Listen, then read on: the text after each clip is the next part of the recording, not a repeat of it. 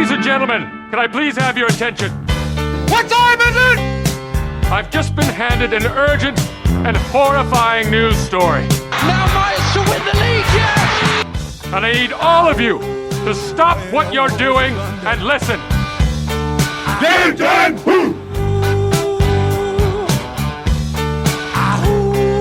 Werewolves of London. Cannonball!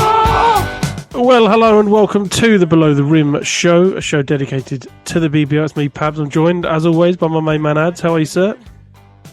Punctual, on time and ready. Good man. We have our furthest northern correspondent that we have on the show, the trophy finalist, the brave-hearted Mr. Grant Young. How are you, sir? Hello. I'm always on time, but time is good. I was actually late today, so thank you for holding up for me. Thanks, Good guys. man. Good man. And we're also joined by the media guru, usually the wine drinker, but he's on sort of looks like a pint glass to me. Mr. Paul Nicholson, how are you, sir? Oh yeah, I'm great. That's a deep question. I shouldn't have started with that, to be honest. Where do you want me to start? We're going to try and keep this show down to an hour, but if I start with that question, we could be here all night. Good. We all look very well. Coming up on tonight's show, we will chat a bit about the playoff picture. We'll look at the Pats versus Eagles heading for that 8th spot. Look across the remaining fixtures as well, and which matchups, or which best finishes for specific teams. We'll look and see how they're placed and how that inevitably will change before the end of the season. We'll have a look at the BTR 5 and give us a chance to talk about who played well in what games. We'll talk a bit about the trophy final. Something's happening, isn't it? Is it Sunday? Little game going on. I've got my trophy hat on, actually. And then we'll do some predictions, but we'll kick things off with something that is a bit of hot gossip, hot topic, perhaps. It certainly was on Twitter all weekend long, and I think I even tweeted today that it's some of the worst officiating I think I've seen in the BBL. But we're going to say, obviously we're going to talk about the officiating, but specifically, it's, and I'll caveat this now, it's very difficult in the situation we're in. Well, not just the situation we're in, but the situation the referees are in, as to picking apart what they've done. I know in the heat of the moment, in the group chats, I'm on it from start to finish, giving them stick, as is most of the people in our group chats and the Discord channel. A lot of people take to Twitter and expel it that way, but that's not necessarily going to change anything. So what we need to look at is what the league can do moving forwards, and how they can change things, because let's be honest, it needs to change. Who wants to kick this one off? Go on then, Nicholson. He put his hand up, by the way, for podcast listeners. I was going to say, obviously getting a referees is a sport thing, right? If your team's playing and a call goes against you, you don't like the call, or it looks like it's the wrong call, you're going to moan about it. We're in the world of social media. Everyone's going to moan about it. Oh, you scratch that. If it's against your team, it's wrong. Yeah. Yeah, you know what I mean? That's just sport, right? That's fans, that's spectators. That's just how it is. So no one's really offended by the officials or anything like that. This is always going to happen. Yeah. But we are in a day and age in professional sport where money is really coming into play, especially in the British Basketball League. Every other top division of any sport across the UK has the ability to turn on the camera and double check stuff. We don't, and we need it, because there are some big calls happening, and there's some calls happening which will make a massive difference by the end of the season, and there's some calls happening which probably won't make any difference whatsoever, but that's not the point. It's still a right or wrong. People are making the wrong decisions. And, they don't have the tools to help them make the right decisions. And it just needs to be fixed, because there's a lot of money being invested in the league, and they're doing 777 are doing an amazing job of making everything better. Referees have to be next, and not them personally. They just need to be aided a lot better. Right, my man? I think we look at this weekend, across the league was examples in every game. Like really bad calls from balls being called out of bounds when they're like miles in, or clear wrong calls that. And obviously, we're watching a lot of games via an online YouTube stream where we're not got the good angle to see it or whatever else. But when people are saying it, when people are online are saying the exact same thing, and you see players and whoever not interacting on social media about it, it's more than just talk. It is a thing that needs to get better. Games are getting ruined by it. Like you're talking about big players, like we're talking about squads being deeper, but big players are having to sit big minutes because they're picking up really, which could be, yes, stupid fouls, but they're fouls that aren't really fouls or technicals. You're like, that's really cheap. Like Faro Ali Hodge had to sit Friday night for a full second half because he'd been given, okay, the first technical was the kind of delay of game, touch the ball back, which is a really daft technical. Mm-hmm. And then the second one, he was fouled hard, and all of a sudden he's technical because he's apparently said something. It's consistency, right? Absolutely. Oh, yeah. Absolutely. And it's like Lloyd Gardner got a tee for Surrey on what day of the week was that? Saturday. He wasn't even near a referee. So what's he said? But we see other coaches who are shouting, swearing, almost spitting in referees' faces, just getting away with stuff. Like it's consistency that the whole league needs and wants to see. I see so many examples where some referees allow players to talk to them, and then others just kind of almost laugh them off and push them away. And you're like, well, it's a two-way street. Referees should be almost like, look at rugby. It's not perfect. We've seen a horrific example in rugby this weekend of whatever not, but referees have dialogue with players. Good referees have dialogue with players. But there's also this mutual respect where they know, well, the captain on court can speak to the referee. So it comes down to, is this fundamental change in the sport that in ours, and probably in our cultural game, where we need to be like, okay, who can speak to the referees? But then it's got to be on the flip side of that. Referees are going to have to be willing to interact and speak with players and coaches to actually make a difference so that people understand the calls. I don't know about you. They'll probably prefer to do that if they haven't worked a 9 to 5 job just before it, right? Absolutely. If they get paid a professional wage to, I don't have a clue what they get paid. Don't get me wrong, I have no clue. I'm under the impression that it's mainly sort of what do you call it? Travel fees and whatnot. After a tough day's work, to then go and referee a game, or a tough week's work, even, yeah, and have flipping some bloke on the sideline yelling in your face. I'm probably going to give a couple of technicals and miss a few things too. Yeah. Referees in sport are never going to be perfect, but they need something to help them be a little bit better. As well, man. I mean, I feel bad for a lot of these refs for all the reasons that you guys have stated, and I think that Grant touched on. I think you both touched on a good point there, where there's a lot of money getting splashed around by the league at the moment, but that what they need to do is flash some money at the referees, because if they're going to become this professional league that they want it to be, then surely you've got to have professional refs as well.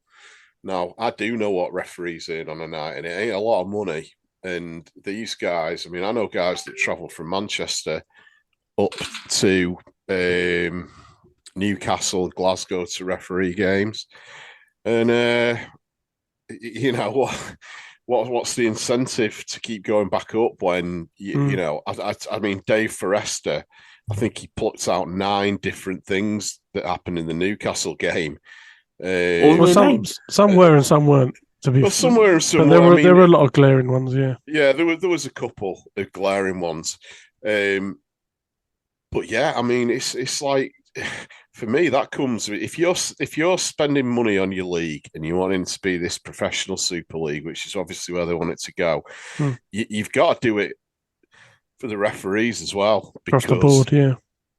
And I mean, this has been the argument for such a long time that there isn't full-time professional referees, and maybe now it's time that there was, because the only way it's going to get better is if you've got guys that are able to do it full-time and then provide training to the ones that do it part-time. I mean, you have to do a lot of games in a week to make a living being a referee.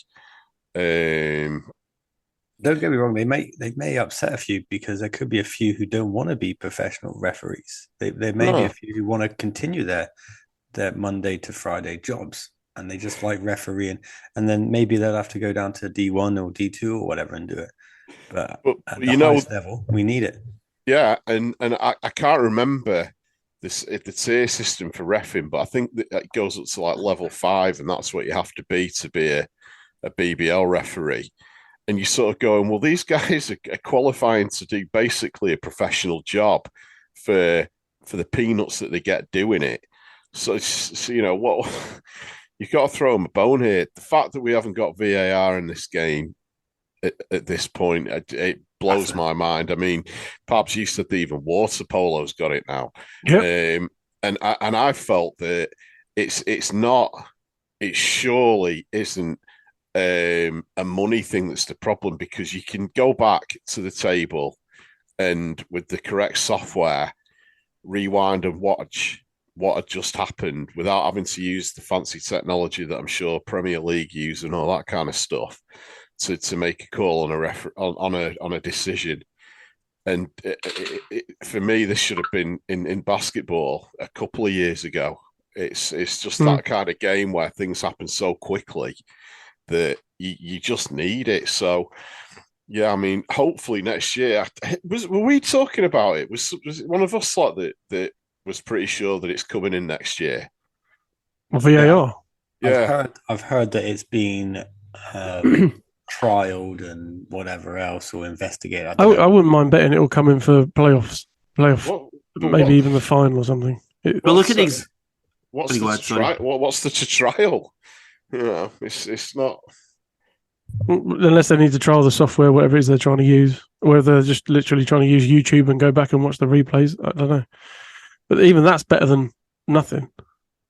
Yeah, because look at the gleaming. To a certain part, there'll be an advert for like the game. Just gotta wait for the ad to load. Yeah, gotta wait for the ad to load. Give me a second. Just click the free trial. Yeah, just get the dances. But remember, like, even think of a simple example. It was down in Plymouth. I can't remember who guys were playing, but when the clock was reset wrong, and that reset or that wrong reset almost cost the game. It almost made it go to overtime. That was against the Eagles, yeah. Was it Eagles? The Eagles got it to overtime because they had an extra couple of seconds, or whatever it was. That's it. That was it. It was, you're talking about that 3-4 seconds in basketball is huge.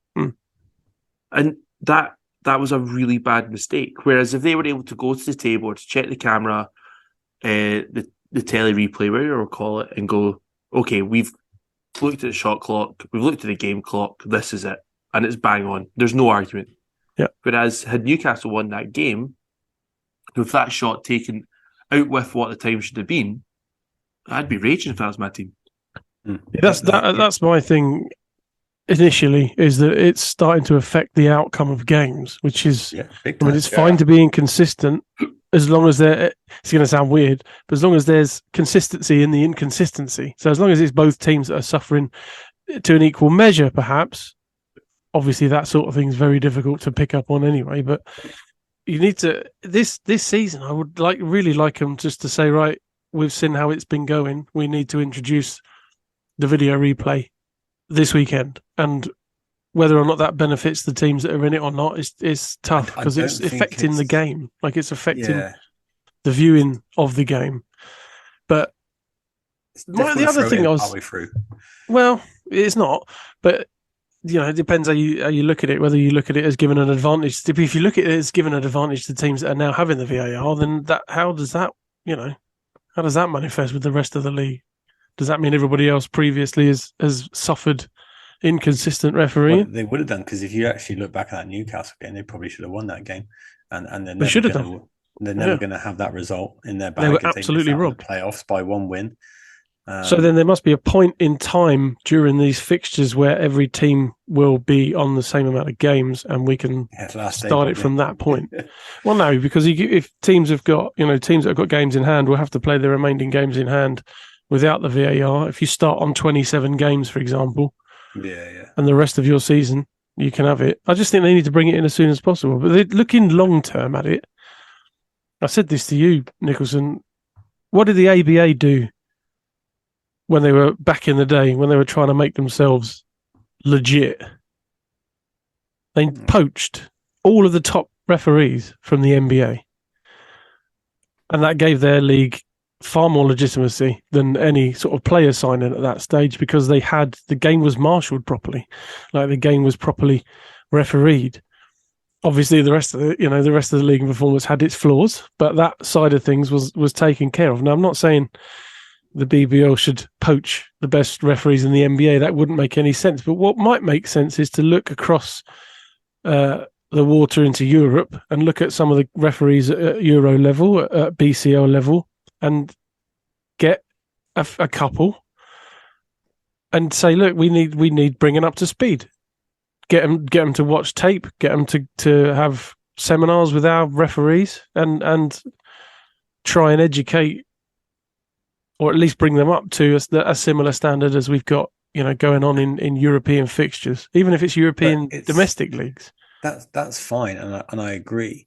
But until you pay them, well, that's my next point: is make them pro. Yeah, you got to make them pro, because you can do all the training you want, you can have all the support that you want. But again, if you're working a stressful job and then you're going off to referee a game, you're just not focused. But I'm even not convinced that the training's there at this stage. And if there is training there, who's it coming from? Because if it's, I'm sure there is, but I just don't think we publicly know about it, which probably... Well, there is training. I mean, Basketball England, I mean, at club level, we're forever promoting refereeing courses for younger players to get into. And, a lot of young referees referee the junior games in the National League level for our under-14s games, which is fine, but they always have a sort of senior overlooking what's going on, and then they review it, But it's the league can't have it both ways. They want to be this professional league, this big league, and the better players, the better all that. But it's got to start on the floor with the referees. Yeah. And for me, it's one of the most important things to get referees that are doing this full time, so that, indeed their training can just get better and better, and the training they can provide gets better and better. It's just a no-brainer to me. Yeah. It's an absolute no-brainer. But I do feel sorry for refs. I mean, I've got good friends that are referees at, it's a tough job. At BBL level.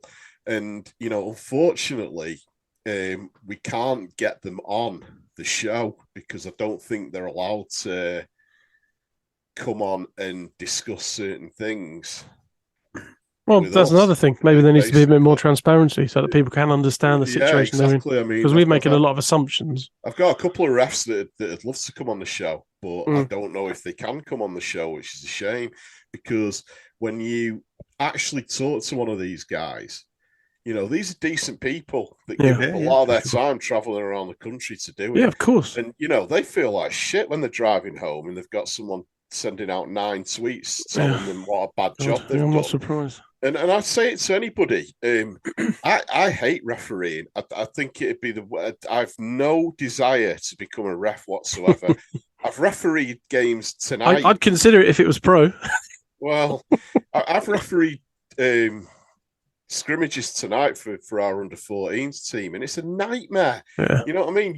Every call you make, someone has something to say about it. Oh, it's never going to be a good call. At the level that we're doing it, it's practice for our team. You can be like, shut up, get on with it. You know what I mean? But still, you're just thinking, can you imagine what it's like with 10 professional players swarming around you? And a couple of thousand fans, Yeah, and I was watching the referees closely on Sunday last night at Bellevue, and pretty much after every decision, they get at least one player coming up to have a long chat with them. While players are shooting free throws, there's always somebody having a chat with them. No one's happy about it. And at the end of the day, they're not going to overturn their decision if you're protesting about it. And I know it's frustrating in the heat of the moment, but you're barking up the wrong tree. They're never going to go, actually, you know what? You're right. No. But I think moving forward, that the professionalism is a thing. But one of my reasons, and I want to move on because obviously we've been on this for a bit, one of the reasons I want to make them pro, and I think it will help to a degree as well with the level, is that they can be held accountable. So if there's consistent cocking up and missing things and this, that, and the other, they can be held accountable. We can start maybe getting them on the show to talk about it, or they can start doing that. I mean, it was a bit weird when they did it in the NBA and they only printed, was it the last 2 minutes of every game? They printed all the referee decisions and whether they were right or wrong. But that's a bit weird. But yeah, you can hold them accountable, and it maybe make referees think twice. It's definitely something they've got to address, I would say, sooner rather than later. But let's move on.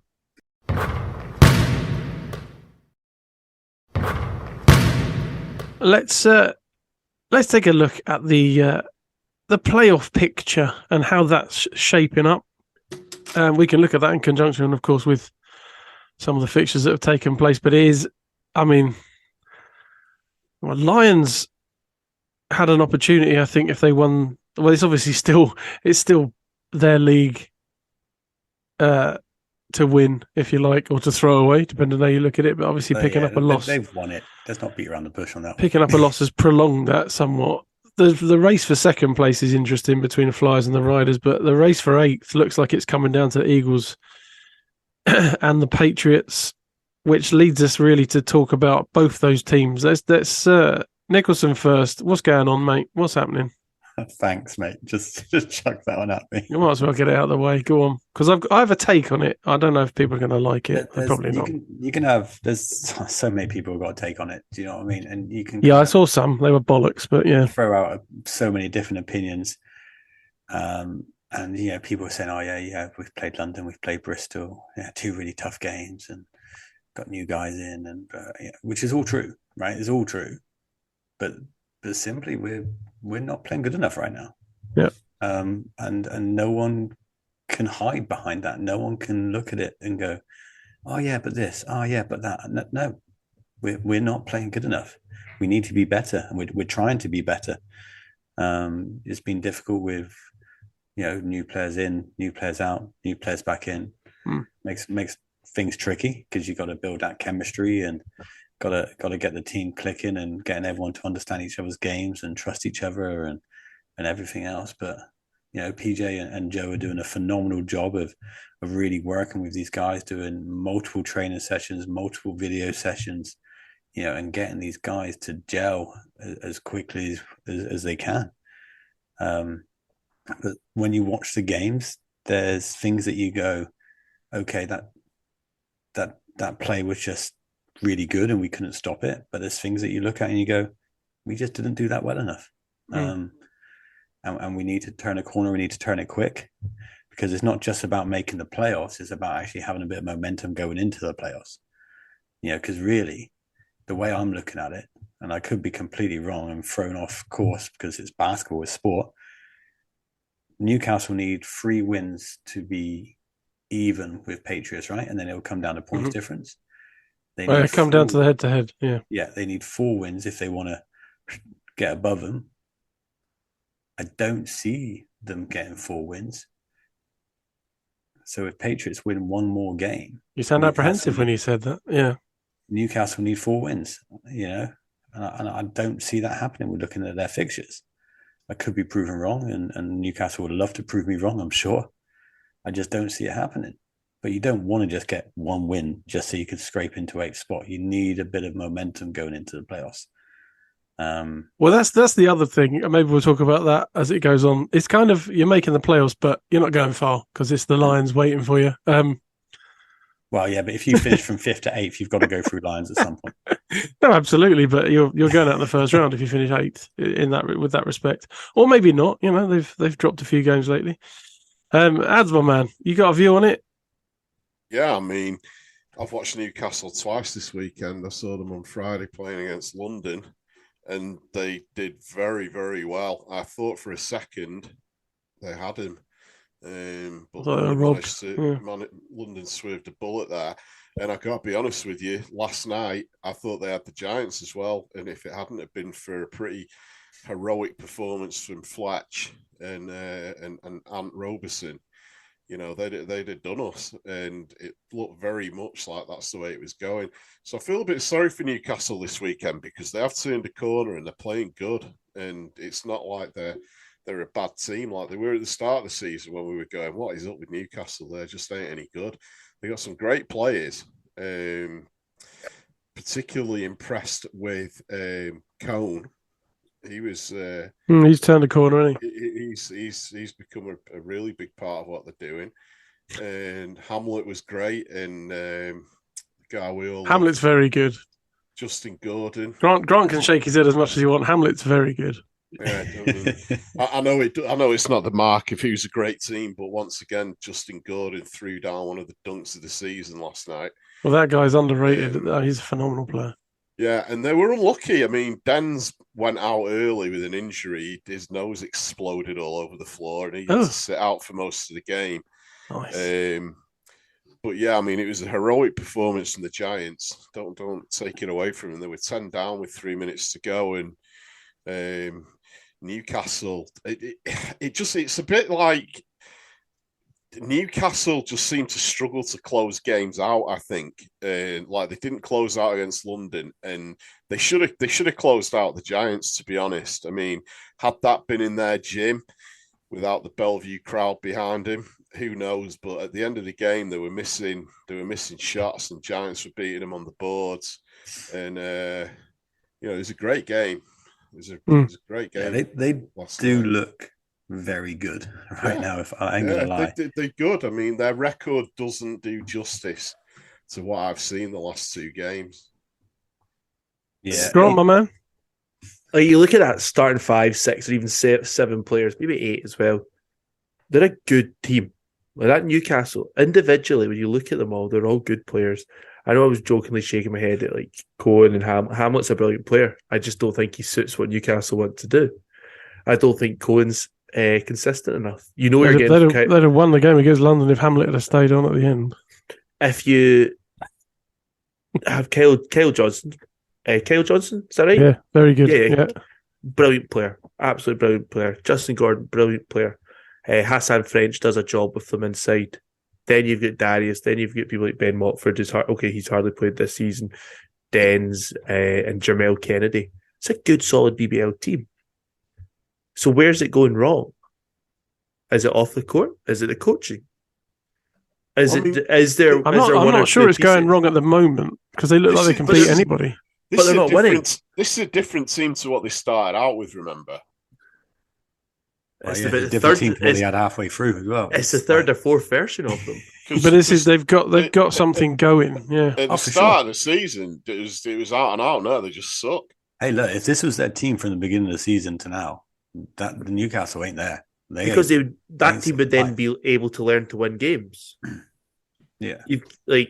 That's games against London, games against Manchester that they've lost in recent times because of that inexperience of winning together. That's purely that reason. Like that game against Manchester is one of those moments where Manchester didn't Dirk's 3 was from miles away.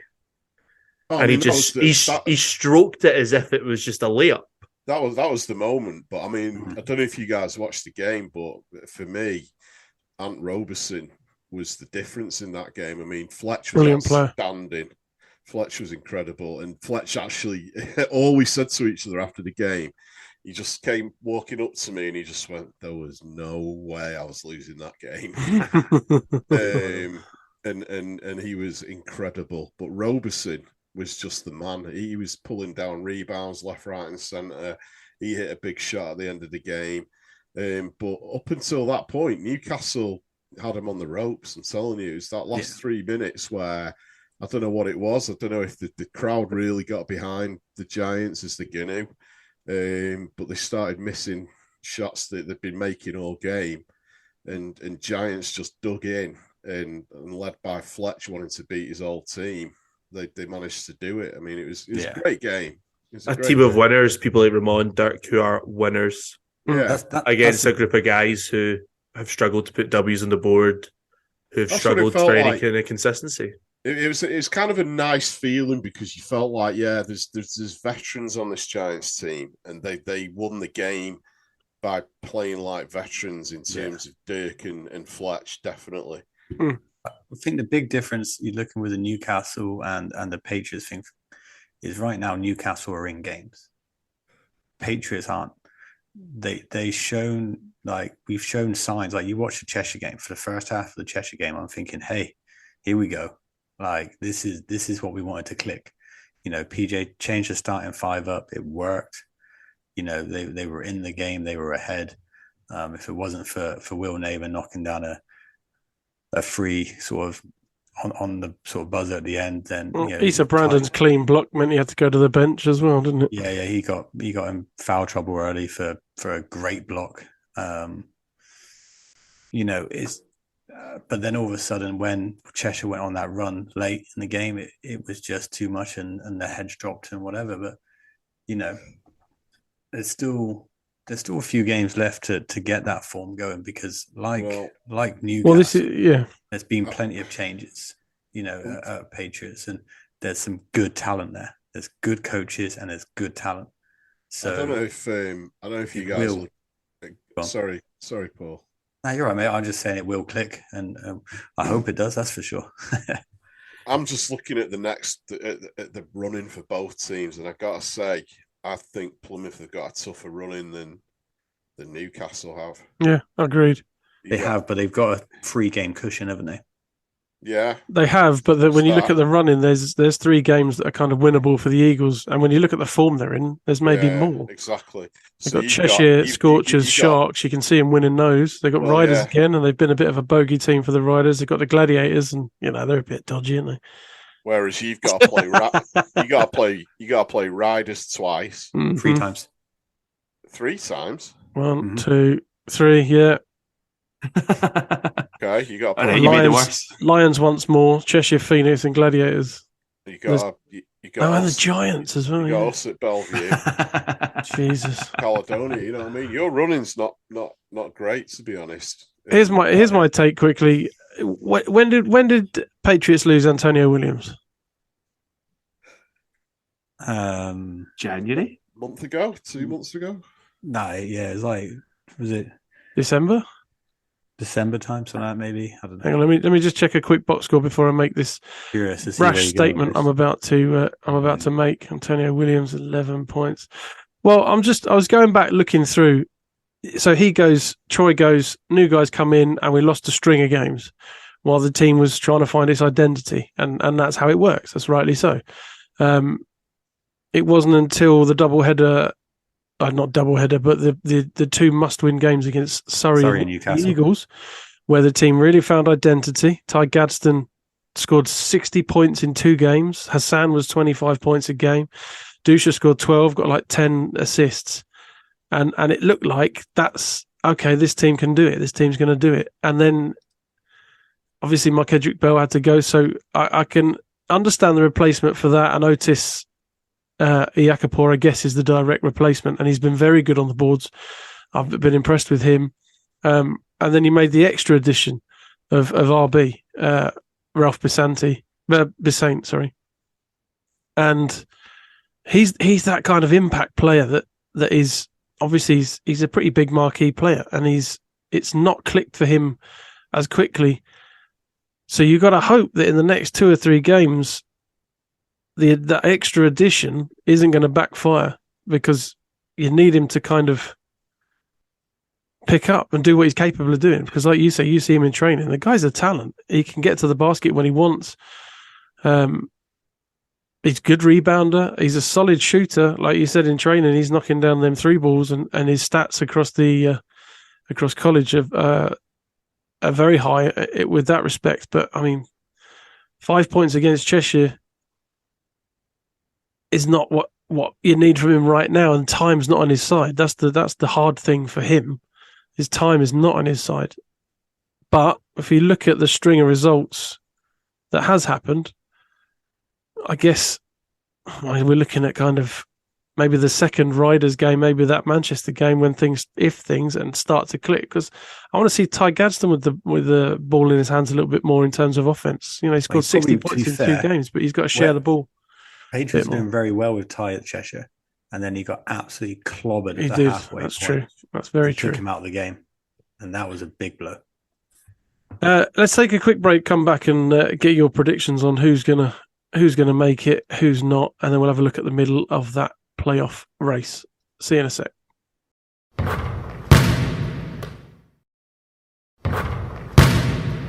So I guess, fellas, I mean, it's tight. It's tough to call. There's still 6, 7, 8, 9 games left for both teams. Eagles and Patriots both on 27 games. Patriots have that 3-game lead, 6-point lead. Who's making it, Grant? I think that 3-game cushion is so important. I find it this the way the league's going, and because everything else is so tight above them, like teams are fighting. It's not as if like one's maybe settled, 2 and 3's an interesting battle.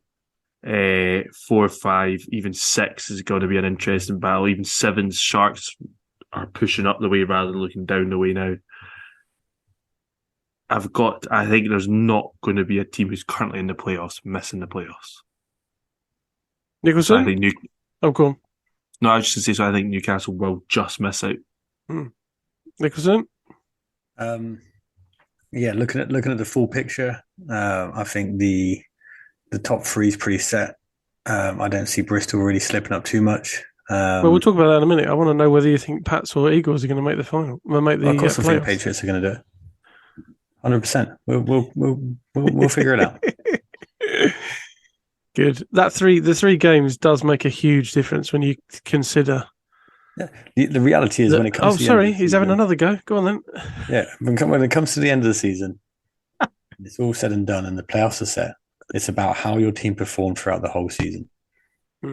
Period. And if the worst case scenario happens for Patriots, which I really hope it doesn't, and we don't win another game now until the playoffs, right? Which would really suck. I don't think that's going to happen, right? And they still make the playoffs. Well, they deserve to be in the playoffs. Absolutely. It goes on your performance. Simple as that, doesn't it? I don't like the run-in for the Patriots. I think the Eagles have a better run-in. I don't think anyone would like that, would they? I can honestly see it coming down to that last game of the season, which for the neutral probably is what they're wanting. Patriots, Eagles, like last season, winners progress to the playoffs. I can honestly see that happening. If it does happen, the way the Eagles are playing right now, obviously it's 9 games away, so we don't know. Oh, well, you have to tell me that. Yeah, I'm not sure on the head-to-head. I know who's up on the head-to-head. Is it 2-1 to Patriots? Then the Patriots won recently, so Patriots are 2-1 up, and the spread seems to be Let's have a look. Fairly lopsided in terms of the Patriots, so they'd have to cover that. It was a 12-point Newcastle win first game. Then it was very close, and this next game was 15-point difference or something like that, 14-point difference to the Patriots. Let's find out. Yeah, you guys not know how to count? No. They don't learn down south. That's even good language, good English. They don't learn down south. Patriots. They need to get some momentum. That Surrey game. Sorry, Surrey fans, because obviously Surrey have really picked it up lately. That Surrey game's pretty big because if the Pats can pick up a win there, it basically means the Eagles need to win at least 4 games to be in contention, and that I can't see. So it's in Patriots' hands, isn't it? When you look at it like that. Ads is having trouble rejoining our group right now. Hopefully he'll be with us shortly. Let's have a look then quickly at the middle pack there. If we talk about Flyers and Riders last week, we all picked different. I think majority went Riders. I think the Flyers are going to hang on to that second spot. There's 6 points difference. We'll see how that goes. But Giants, Gladiators, Phoenix, and Sharks. There's not a huge amount separating them. Phoenix got a game in hand. They're on 26. Giants on 32. Caledonia on 30. Both Phoenix and Sharks are on 26. But Sharks have really turned a corner. I guess the battle for fourth is the most intriguing of that. Giants or Gladiators? We've got a Gladiator with us. What do you reckon, sir? I want us to get fourth. And I think just having that advantage heading into the playoffs when we've got to play fifth is just that wee bit more important. Like it just that gives that home advantage and all that. It's aggregate. What's the home advantage? You get to play second leg. Do you not basically get to choose who plays when and where? I'm not sure. Where, but I assumed you always got the second leg because Ryder's always got the second leg. But I don't know. I think it just depends on venues and availability. To be honest, it's probably got nothing to do with it. Yeah, but it should in essence give you the option of when you play, and you should play second, so you know what's happening. So hopefully, that Manchester team have looked good in recent weeks, and I think we're really inconsistent. That winning against Surrey's probably done us the worldly good. Well done, Paul. Get a calculator. What's the spread? Go on quickly, Paul. It's 8 Patriots. That's not a lot. Okay, carry on, Grant. Anyway, so I think Gladiators could still do it. Both teams have decent run-ins, so fingers crossed. I'm not optimistic, but I'm confident we're not going to finish lower than fifth. We can't finish higher than fourth, so we kind of know who we're playing against. Do you know what I mean? Yeah. So, that's where I'm at with that one. We'll try and get Ads to rejoin so we can get a Giants' opinion on it. Nicholson, what do you reckon? What, fourth and fifth? Yeah, it's tight. It's tough to call. It is tight. Reality is, it doesn't really matter. Let's be honest. Oh, okay, let's not talk about it then. Let's stop the podcast now. Let's go home. Good night, everyone. Thank you. Hope you enjoyed it. We'll be back next week for fuck all because there's no point talking about it. The logistical reasons I'm looking at, right? Because I have to do that when I work in a club, right? It's just basically, hey, when's your venue free? Right. Well, leave your logistical nonsense to one side, and who's going to finish fourth? Venue free? Oh, we're free on this date, right? Sweet. We'll have the first one then, right? That's literally the difference maker. The closer you look at it, Cheshire is an option. Cheshire is an option. Cheshire is also an option, yeah, and they're looking good. What I would probably go is when it gets to the last couple of games of the season, who is more likely to rest players? Probably Manchester, because their roster is small. Okay, so they will limit minutes probably of guys going into the playoffs, because actually Manchester is a team that you think, regardless of where they finish, they've got a chance of doing well in the playoffs. Don't get me wrong, Gladiators do as well, but they got a much deeper squad. And in numbers, they certainly have for sure. So even when you look at Giants running, they've got Plymouth, Gladiators, next London, Sheffield, Leicester, Surrey. Well, they'll lose against Plymouth, obviously. But you could say they have the option, or not maybe not the option, but the possibility to win all of them, but also lose the majority of them with how their season's gone. So Giants have got quite a difficult run in my opinion. But so's every team's got difficult run-ins this season. The league is so competitive through it all. Like, who have we got off the top of my head? I don't know. So looking at it, we've got Manchester, Bristol, Plymouth, Newcastle, Surrey, London, and I think we've just. I think there's another game. Just going to throw this out here. I think Sheffield have got a good chance to come in fifth. Okay. Look at their running. And that links into the question I was going to ask next. Is are we assuming that 6th and 7th are completely safe now and above it, or it would appear so? Ads, my man, can you hear us? Yes. Who's finishing fourth, my man? We've just been discussing whether it's going to be Giants or Gladiators. They're both very close together, played the same amount of games. There's only a game splitting them. But then we contradicted ourselves and just said, actually, wait a minute. So it does matter, Paul. Pabs was right. Of course it does. Sorry, Adam. I mean, it's tight. Obviously, I'm hoping that it's the Giants, but it's. To be honest, I'm not actually that bothered because I'm not. Oh, here we go. Same as Nicholson. Good. I'm looking at I'm just looking at the playoff picture. As long as we don't have to play London early, and I'm not. Well, you want to be fourth then, because obviously that's why you want to finich fourth. Yeah, you want to be in that fourth spot because you'll avoid London and potentially till the finals if you can get there. My only thing with Gladiators is the inconsistencies of late compared to the Giants, who look like they turned a corner a bit, and since they had that little heart to heart with Fabulous Forlorn Night, giving them a little pep talk, they seem to have really turned a corner. And that said, they lost to the Gladiators. They lost to the Lions, of course. Yeah, After giving them a bit of a scare, but yeah, I got to defend them a little bit here, because remember that they're playing with a short roster at the moment. Oh God, yeah, absolutely. But they've turned a corner. They're winning games now. Yeah, I mean, not in numbers, not in talent. They had to win last night without William Lee, who's on the bench injured again. That's on my fantasy team, for God's sake. And Nathan Robinson's due to return next week, I believe. So they've been doing it on a short roster. I mean, they've all really, really stepped up and done a good job. They haven't had the results that they wanted, but I mean, God, every one of those guys has played their hearts out. Just a question, last few games. Go on the roster. Obviously, if they had a couple of guys join the team, academy guys or whatever, would those main guys still be getting the same minutes? Interesting. Because I think they're short on numbers, but I don't think they're short on talent depth. It's just it's the guys to give them a breather kind of thing.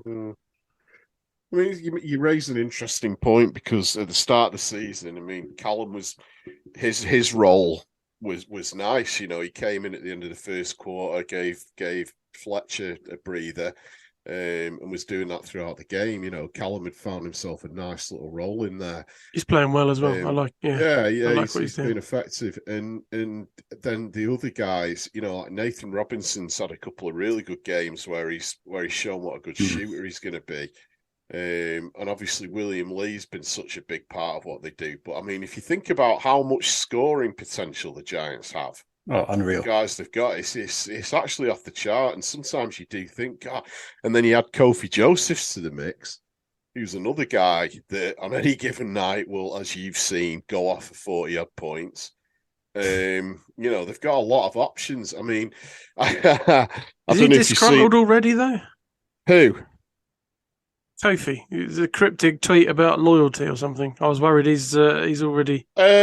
No, I don't think so. I mean, he's always a cryptic tweeter. I interviewed him after the game last night. It's on YouTube, and he was saying that basically he's really just sort of finding his role within the team, because he knows that he doesn't need to be the main scorer. They've got options now. I don't know if you guys seen all the heat I've been getting all week because of what I said on last week's show. That's so funny. Vince let me have it big time in that post game. And I have to say it. I've never been so glad to be wrong, because Taj lit it up from behind the arc last week. I mean, last night he was incredible. Taj Green. One from 6 from 3, but inside he was unstoppable. Who do they bring in for 5-on-5 at training? Ads. Yeah. Genuine question. Yeah, I suit up and post up a little bit, and make sure that they've got to bring some bodies in for 5-on-5. They must have some bodies they bring in. Vince. It's good. I mean, Nigel Lloyd does. I'm pretty sure Nigel gets on the floor. He does. He says he doesn't play defense, but he does. There must be a couple of academy. I think they have guys that come in for practice. Okay. I'm not being cryptic. I actually don't know the answer to that. It's be interesting to see if they can add a guy to the roster just for rest. But anyway, that's the playoff picture as it is at the moment. We'll review this again, obviously, each week, because it's likely to chop and change the closer we get, now that we're in the business end of the league.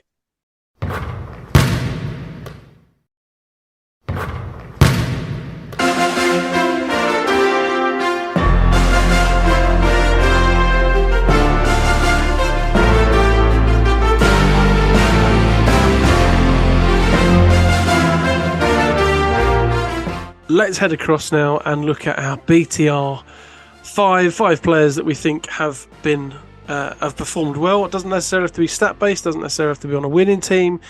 Just 5 guys that we going to throw out there. See if we can make some kind of list of that. I'm going to throw my 5 out quickly first, and then we'll start to total up and see who's got what. I've got Larry Austin, Fletch, Hamlet, Taj Green, and David Sloan. Next. I'll go Dirk Williams, Oh, yeah. Taj Green. Taj has got 2. I'm going to go Sam Decker. Ooh. I'm going to go Ollison. And I am going to go... Oh, who was I going to go with? Bloody, I forgot. Fletch. 1 second. I'll tell you what I was going to go with. Is it Decker's pick mainly because of the tweet he sent back to Dave Forrester, which I really enjoyed? Well, What did he do? He tweeted him back about the leg kicking out incident. He said, I wasn't kicking out for a foul. Legitimately, that was for balance or whatever. It's along those lines, like, you know. It was good. And Dave went, all right, I'll retract it. He got 17 in the first game. He got 24 in the second game. He played really well. Well, I think that his point, not to go back to it too much, was right. Like, Hamlet's doing the same thing, and he's getting called for offensive fouls and flop warnings and things, and that's just bollocks. But carry on, yes. So yeah. Anyway, so Decker. Yeah, you're not having him again. You got Decker, yeah. So I got Need Williams. one more. I got Green. I got Decker. I got Ollison. And I am going to go with Ramsey from Sheffield. Good. Completely different. You're welcome. Grant, my man. I'm going. Ramsey was on one of mine. I like Ramsey. He's really coming into his own. Dirk Williams, Taj Green. Yeah. I'm going with. I'm trying to decide between one gladiator, David Sloan. Yeah. And have I got one more? One more. Who was it from Bristol? Ollison. See for him. Ads, my man, what you got? Right. This is going to be fun. Dirk, Taj, Fletch. This is, do you know what? I don't care. Balls to you lot, right? My BBL 5 this week is Fletch, Taj Green, Dirk Williams, Ant Roberson. That's 4 Giants, by the way, guys. 4. Good. Yeah. And Mark Loving. Of course. That's Manchester's roster for next season. Yeah. Now, I actually am going to give an honorary mention to Justin Gordon as well, because he was great in both games. But, you know, I agree with 4 of them. 4 of them this week have been incredible. So, yeah, I'm taking 4 Giants and a Ryder. Right, we got a problem then. So we got Green and Dirk definitely in. And we've got a bunch of players with 2 picks. So let's go down the list. Fletcher, Sloan, Ollison, Ramsey. They're the 4 that have got 2 picks apiece. No Larry Austin, even though he was phenomenal. So Fletcher or Sloan first. What are you having, Nicholson? You argue with 23 points, 13 assists. Well, no, I was actually just going to go Fletch. Yeah, Fletch. Ads. Fletch. Grant. Sloan. He basically Alright, single-handedly Sloan's not out. Sloan's not out. Sloan's not kept them out. in He's not out the because game. now we're looking at Sloan or Ollison. Go on, Grant. Because you pick both Sloan, Nicholson. Hey. I'm gonna go with Sloan because he was in a more competitive fixture. And Ads. he did it for 2 games. That's slow. Yeah, I got Sloan as well. But Ollison or Ramsey. This is for the last spot. Oh, Ramsey done it against London. Grant. Ramsey. Ads, my man. Yeah, all right, Ramsey. Ramsey it is. There we go. Taj Green, Dirk Williams, Ramon Fletcher, David Sloan, and the man Ramsey who did it against the Lions. Ooh.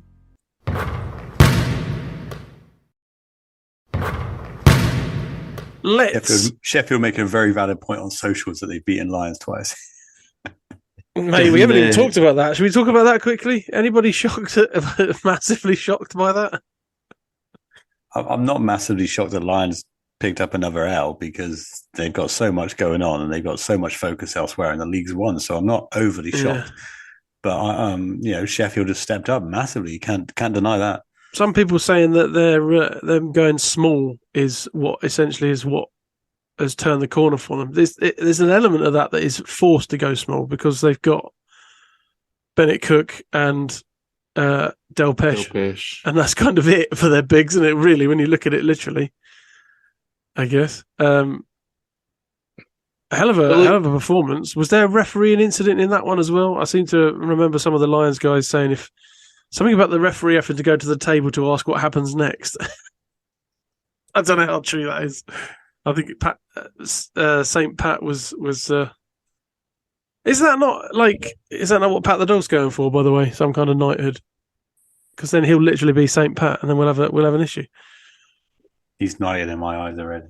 Yeah, but yeah. So Nicholson's not shocked at all. I mean, he didn't predict Sharks for the win. I'll be honest. Well, no, Grant? of course he didn't. I'm just playing.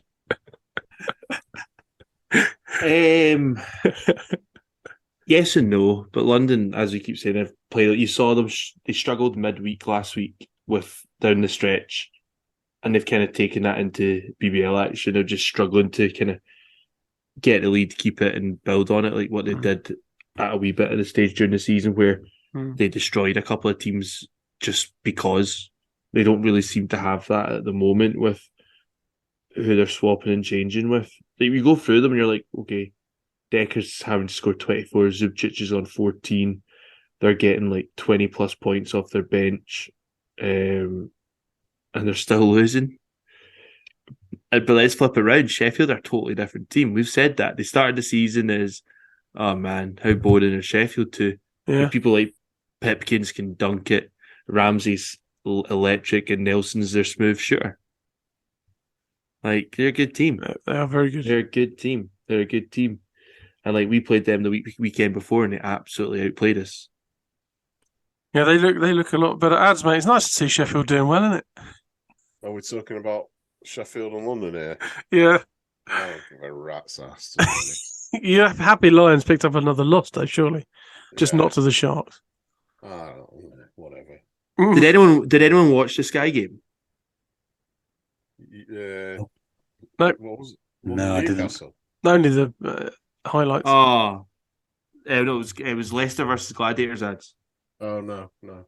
And you guys ran out of players, didn't you? Maddest game ever. Oh, no, I did watch a bit of that. Yeah. I watched the second half. We were already short of bodies. Tappy's hurt himself, either in the warm-up or whatever. So Ali Fraser didn't travel. Tappy's injured in the warm-up. We have one big who gets 2 tees in the first half. Oh, yeah. We've got Jeremiah Bailey, who decides to just go commit the stupidest kamikaze 4th and 5th foul. And then we're playing with Fraser Malcolm as our 5-man. And we've only lost by 3 points to Leicester. You guys, I thought you guys were going to put it off, you know. I think it just got, I don't know. I think it was Sloane's play towards the end, and I just thought it was a bit strange. We looked like we'd played the same 5 guys for about 20 minutes. Like, it was, do you know what I mean? Like, we looked at, like, Durham shot an air ball to win the game. And then Sloane, you're right. I remember that moment. Sloane's had the ball. And yeah, he didn't do what David Sloane's done all season. He just ran in a straight line. Yeah. Just hope for the best. He was just kind of hoping either he'd get hit, which he probably did. And yeah, but what a mad game. Like, when we started filling out, I honestly thought Leicester were just going to steamroll, but they're just not firing like they were last season.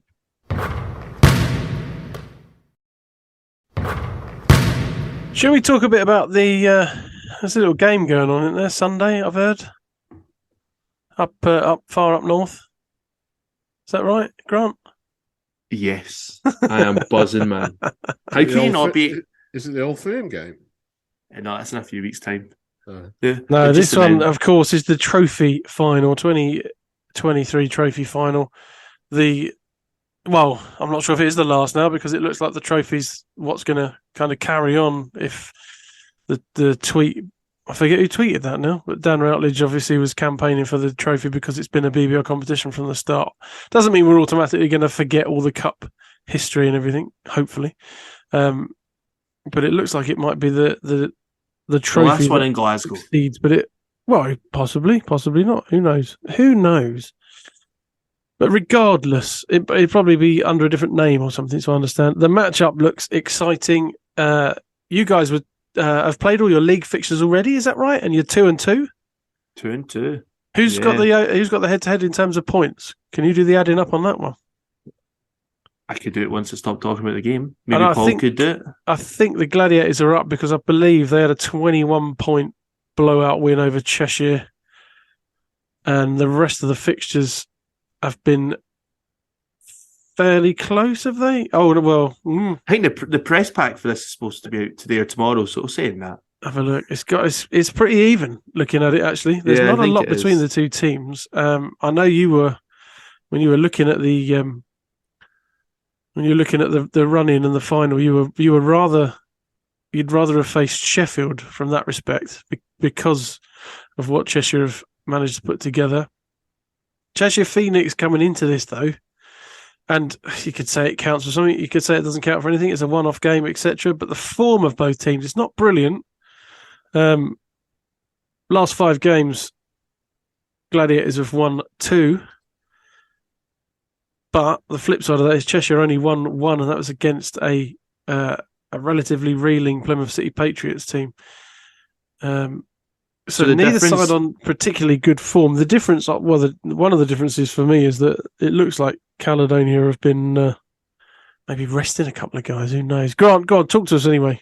So I like my fast maths, I think there's a 5 points that in the league table that Gladiators take the head-to-head by. So there's 5 points. Yeah. So there's nothing. Cheshire have improved throughout the season. They've got 2 guys that shoot the 3-ball. They've got Larry Austin that just puts his head down and runs, but he's very unreal good player. Yeah, he is very good. And then they've got Anderson, who's probably this season's top British 3-man. Like they've got such a good team, and they've added in Archibald, they've got Teague, they've got Miller, who just kind of is almost the kind of cherry on top of the cake in terms of his smoothness. So they've got a really nice team there.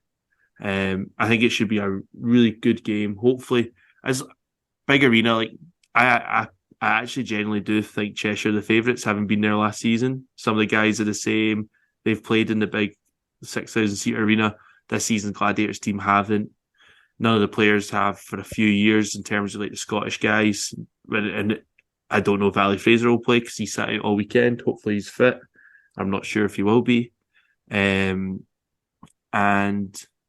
so then you're talking about Johnny Bunny and Fraser Malcolm, and Fraser Malcolm probably only played in there once. So I think it's the home advantage isn't actually huge because it's set up as an athletics track probably as we speak still.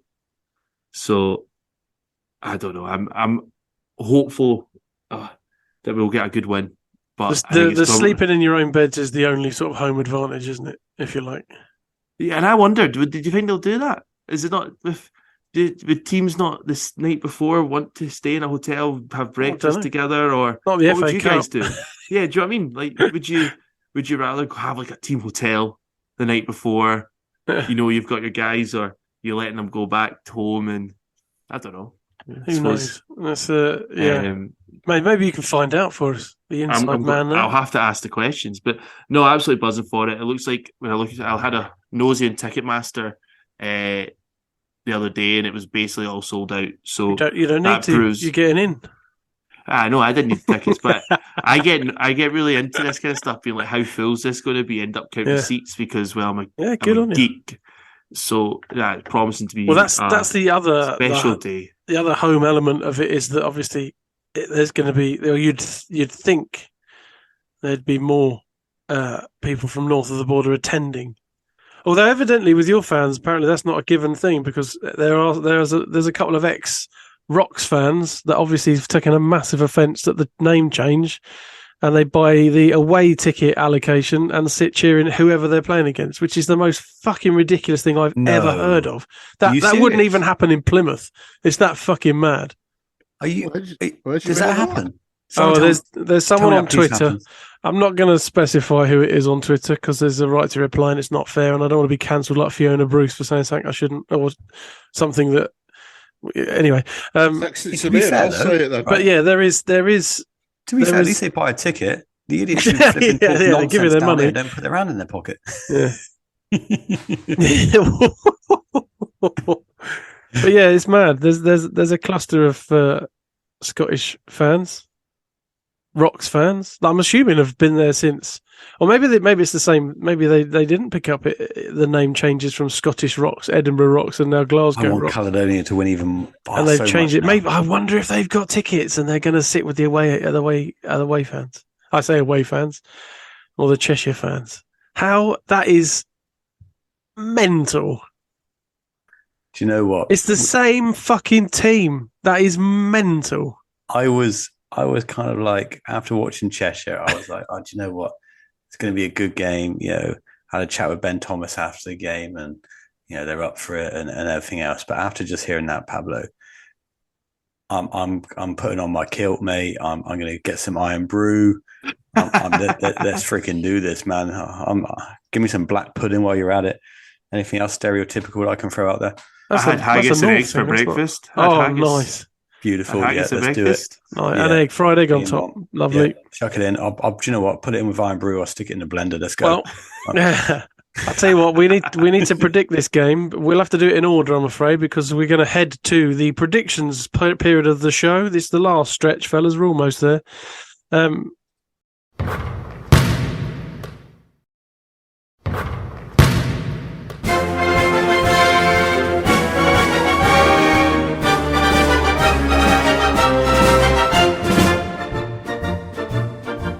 Let's go over. Obviously, that'll be one of the games we predict. There's not that many games, is there? Because obviously the final takes up the Sunday's the only fixture on the Sunday, and there's only a few fixtures before that, so we won't be long on this. Probably be longer trying to work out exactly who won what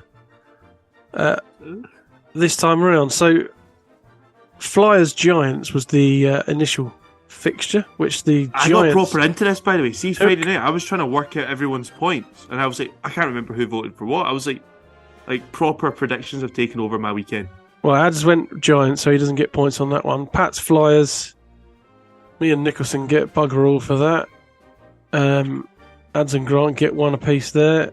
Lions first game, which they robbed from the Eagles. Hang on, where are we now? I've lost my place already. So, Sharks took it just. We all had Sharks, so we all get points for Sharks. Me and Ads had the Riders. Grant and Nicholson had the Gladiators. I had Surrey. That's a throwaway, wasn't it? I wasn't. Mind you, what was the score in that game? 84-81. Yeah, not a lot in it. Squeaky bum type time. Everyone had the Knicks. Oh no, they didn't. Me and Grant had the Knicks. Ads and Nicholson had the Pats. We all had Lions, so we don't get points for that. And we all had balls.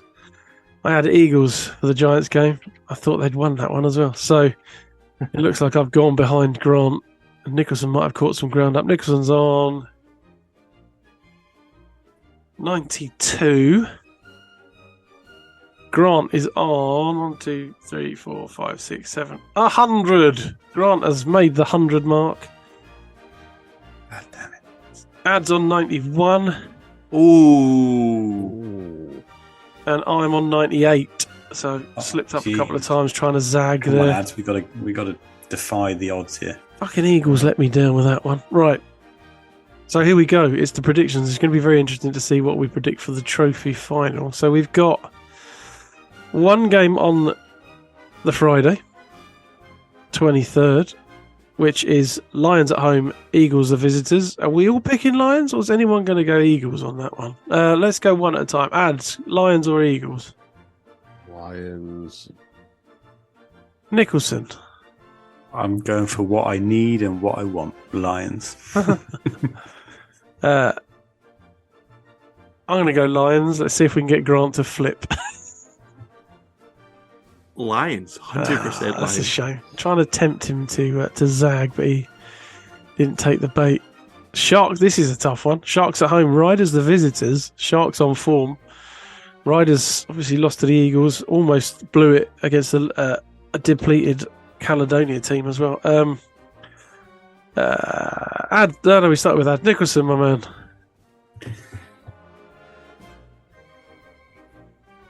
Why have you got to start with me on this one? Just the curse fell upon you. I don't want it. I can't help you. That means there's a nil point. I just put draw. Sharks Riders. Okay. Sharks at home. They've got the curtain. You know what? I generally and the crash. think I need to pick up ground. I'm going Sharks, and I actually think it could be them. Well, Grant, are you going Sharks or Riders? I've got a lead over Nicholson, so I don't really care what he picks. I'm more worried about what you're going to pick, so I'm going to go Leicester. Ads, my man, what are you going for? Sharks or Riders? Riders.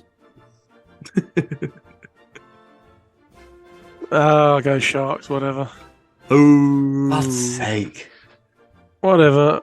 And this is the last one then, 26th, because the one after that is Riders Patriots on the 28th, which is that next Wednesday?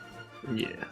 Yeah, so we'll have a show before then. So the trophy final, Phoenix. I was going to say Phoenix at home because they're the first name on the list, but obviously it's a neutral venue, sort of. Phoenix versus Gladiators. Grant, man, Nick's got this one, yeah? Absolutely no chance. The Gladiators are taking home their first silverware for too many decades. Ads, my man. Nick's all Glads. Sorry, Grant, but Cheshire they're a finals team. They are that team that like to play. They've always been this way. Yeah. They have. I'm going for a cheeky Cheshire win. Nicholson? I've got to go with the Glasgow Rocks. Are you? That's good. No, definitely Caledonia Gladiators. Because he likes his Brewdog name on that trophy. I'm going to go Glads as well. I think there's a lot of pressure on them. You know, they'll have the crowd and everything, but I think at the same time that actually can be quite settling. And I feel like their inconsistencies perhaps in the league are because of this game. They've got one eye on this game, and they've had one eye on it since they beat Derby. And it's building up to this. I think they're going to do it. Knicks were very good against Patriots. They've been very good all season. We've slept on them a little bit, except Ads, obviously. And they've got the caliber of players that can do it. I'm hoping it's going to be a nice close game where Grant shits himself. But Part of me's quite glad you guys aren't coming because I don't think I could handle sitting next to you guys. winding you up the whole time. It promises to be a classic, though. Hopefully, with just the way how close everything's been. That Cheshire team are really good, really good team, and I just hope we do it. Let's take one more break, come back and sign off because I've got a pledge, and then we'll go, and then we're done. All right, see you in a sec.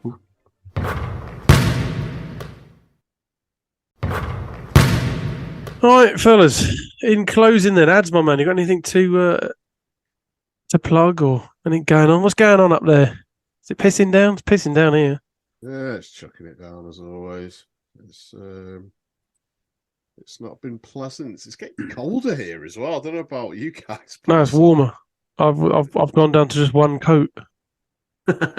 One coat. It's really weird. The light you've got in there, and people obviously can't see this listening, but it looks like the sun's still out in Manchester, and it's like 10:30 at night. Good effort. No, it's like, is it turned into Sweden? Something like that. Yeah. Much else going on? Oh, it's the business end of the season for the junior national leagues at the moment. So, oh, nice.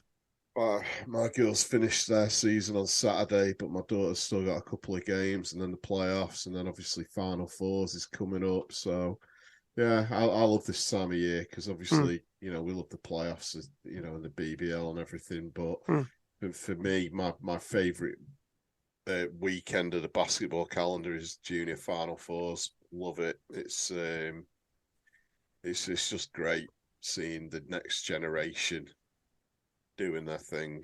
Yeah, brilliant. Talented youngsters. So yeah, busy old month for me coming up, but we love it. Good man, Mr. Nicholson, sir. We got to sort out our podcast. We'll have a podcast out soon. With Ty Gadsden? No, not with Ty Gadsden. With Otis? Yeah, we'll probably sound like Otis. Yeah, I would have thought so. And then we got the BBL show will be out soon, which is featuring us. I know it's a plug for another podcast, but it features Patriots. So yeah, what's he do? Hey, it features my team, so I'm going to talk about it. Good. You enjoy watching that. Let me know how it goes. That'll be out soon. Is there that clip of you in between Jay Marriott and Drew Lasker looking like you want to die? Is that going to be in it? Because I pissed myself. I thought I was going to burst. It will not. That is one of the funniest things I have ever seen. It almost looked like a hostage video. It was so fucking funny. Oh, it's like a 10, not even 10 seconds. It's just a clip of the camera panning round. Drew Lasker waving like a competition winner. Goes to Nicholson, who's got his thumbs up, and the saddest face you've ever seen in your life. And Jay Marriott, who shouts something out. I can't remember, but it's absolutely brilliant. It's so tired. My under 14s had a game on the weekend, lost by single digits, unfortunately. Well, do a better job coaching. Come on. Well, I'm going to blame Will White because he actually coached him for that game. No, I'm joking. Will done a great job. Good. My under 14s team consists of 6 under 12s. Oh, wow. And one lad who's actually still in his final year of primary school. So, nice. But to be fair, he's a top draw player. He's the best one of them. Yeah. he's up there. Like he's going to be a great player. Like really good physical. What's the name? I'll get him ready for my fantasy team in about 10 years time. You can meet him at the next game, mate. All right, game on. But yeah, no, nothing really to plug. Just looking forward to watching some BBL action, watching the final coming up. Good man. Yeah. Grant, come on, man. You got a big weekend. Oh, so much. Such a big weekend. And how good would it be just for the league to have another Scottish winner in it, let's be honest. But no, I've been quite a busy boy in Gladcast. Last week had out the Gladcast draft where Johnny, Gareth and myself sat and picked our favourite or our best 6 teams. And you can have a look, check that one. I've got that one loaded in. I've not listened to it yet. I'm looking forward to it. Oh, you'll like the throwbacks, I think, Pabs. Yeah. So obviously Johnny's brother played for when the team were in Edinburgh as well as Scottish Rock. So loads of names flying back then. Published one last night with Farrell. Picked a good time to that because then he was putting the BBL all 5 this week as well. Didn't get a shout by us, but it's okay. Which is brilliant. What a guy he is. Farrell's really come in and just shows his experience in class. So yeah, he was brilliant. So check that out. And hopefully I am recording with Fraser Malcolm tomorrow. So that'll probably come out Thursday or Friday. And then we've got the game. And if anyone's coming up to Glasgow and wants any recommendations, just let me know. Give Grant a shout. Yeah, give him a wave. Take some pictures. Find Grant, spot Grant, do that, whatever you want to do. Or come and say hello. I'll probably be wearing a Gladiators t-shirt, jumper. Give me a foam finger and I'll do it. I don't know. Hey, listen, if when they pick up the win, if there are any trophy winning hats going, grab me one. If there's 2. Managed to get my hands on a London Lions ladies winning hat from the playoffs last year, which was... I've got one of them. Yeah, it's all right, isn't it? So I think, grab us one of them, Grant. That'd be good. Good. Well, we're pretty much done. I have a pledge, something I want to say to any BBL official listening. Hopefully, our friend Joe Edwards is listening. It's not. I was going to say it's tongue in cheek, but it's not at all. Here's my pledge. First of all, obviously won't happen this season, but next season, can we get rid of the way the seeding works in the playoffs, please? Can we just have like a normal bracket where the seeding goes one plays 8, and then obviously you then move on. It's a fixed bracket past that, because I might be on my own there, but I don't like it. I've never liked it. That's my thing. That's first. Secondly, now this is daft, but I think I was thinking this through my head today, and I thought, how good would this be, right? So the playoffs, we could prolong the playoffs, have positions 8, 9, and 10 in a playoff like they're doing in the NBA now, in a playoff for the final, in a round robin for the final playoff spot. So it keeps up to all the teams involved in the playoff race, if you like, right up till the end, and kind of prolongs that playoff berth. I thought that would be fun, and that was the other thing. That was it, really. I was expecting some words of wisdom there. Oh, no words of wisdom, but just that. And well, the only other thing is, which isn't going to happen for a while, is to make the playoff series rather than aggregate, which I thought that might be one of the first things 777 did coming in, being from American stock, but make them a series, even the final. I'd rather do that. I know the O2 is a big ticket, but maybe, I don't know. Am I alone on that one? I think it'd be so cool to have best of 3 first round, maybe semi-final, best of 3, and then a best of 5 series for the final. Yeah, I'd prefer a series, 100%. Yeah, and a play-in tournament. I think that'd be fun. And then when the league's got like 16 teams in it, keep the 10 spot. I don't know, bollocks in it. Never mind. But definitely do the seeding. Does anybody else hate that seeding? So one then gets to play the lowest seed after, irrespective of what the bracket looks like. Because we could have some bracket fun with that. That'd be good. We can have our own wee bracket challenge. Our own wee bracket challenge. There you go. Right. Fellas, thank you for joining me. Everybody at home, thank you for listening. We'll be back next week for more of the same. Until then, take it easy, and we'll speak to you soon. Wondering where you are, don't let go. Keep a hold. If you look into the distance, there's a house upon the hill, guiding like a lighthouse. It's a place where you'll be safe to feel our grace, cause we've all made mistakes. If you've lost your way, I will leave the light on.